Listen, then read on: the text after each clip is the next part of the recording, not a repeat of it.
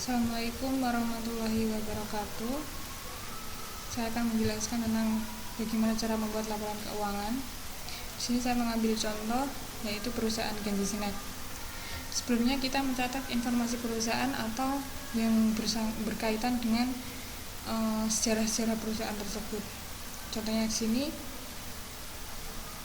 perusahaan Genji Snack itu adalah perusahaan yang didirikan oleh Nyonya Rizka pada tahun 2020 dan berletak di Karimun Jawa. Kemudian perusahaan ini adalah perusahaan yang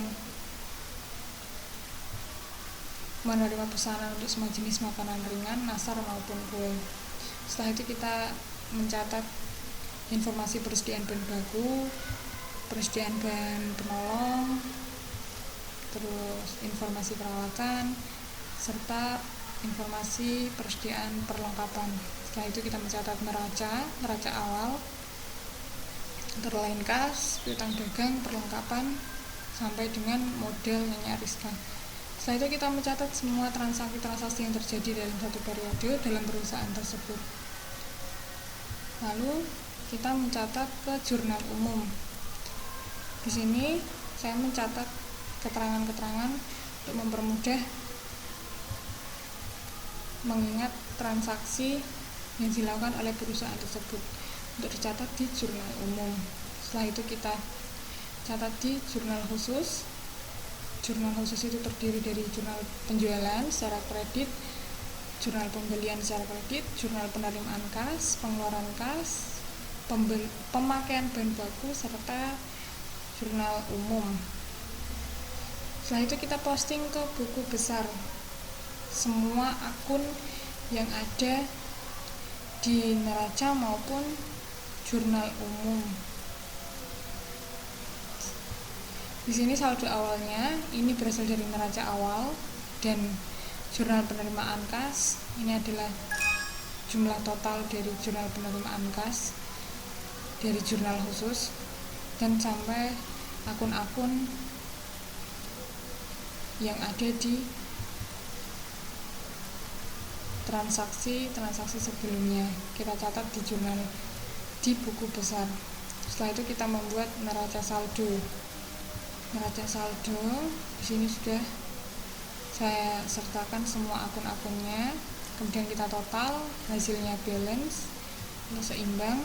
Setelah itu kita membuat jurnal penyesuaian seperti ini, jurnal penyesuaian. Setelah kita membuat jurnal penyesuaian, kita posting ke buku besar lagi.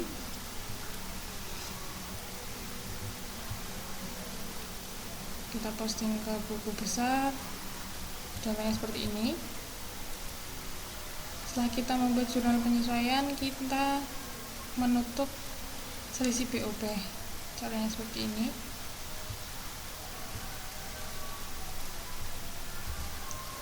Setelah itu kita membuat neraca lajur untuk mengetahui rugi atau laba. Di sini perusahaan mengalami kerugian.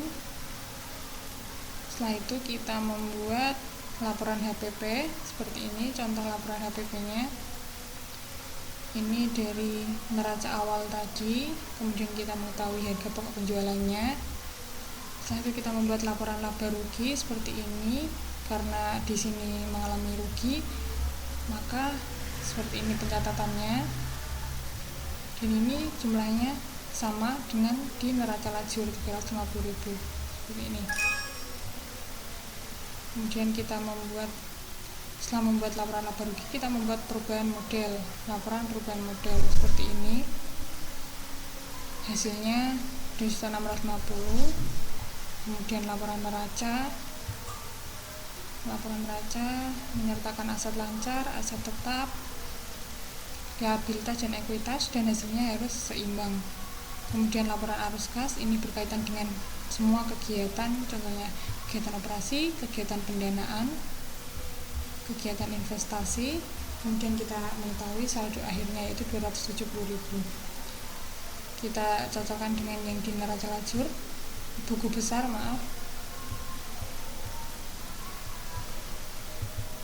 sama 270.000.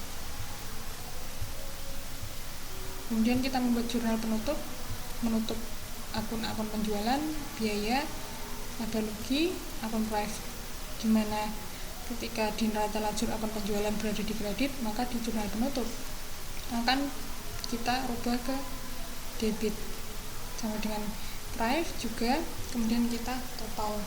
Setelah itu kita membuat neraca saldo setelah tutup buku.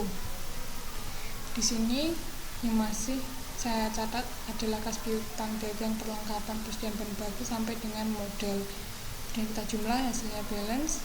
Setelah itu kita membuat CALK.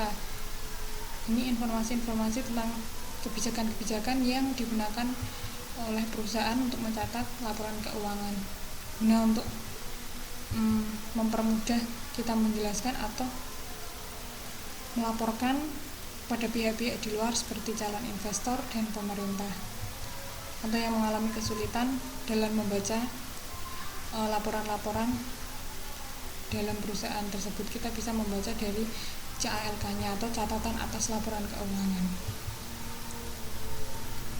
Terima kasih, cukup sekian yang dapat saya sampaikan.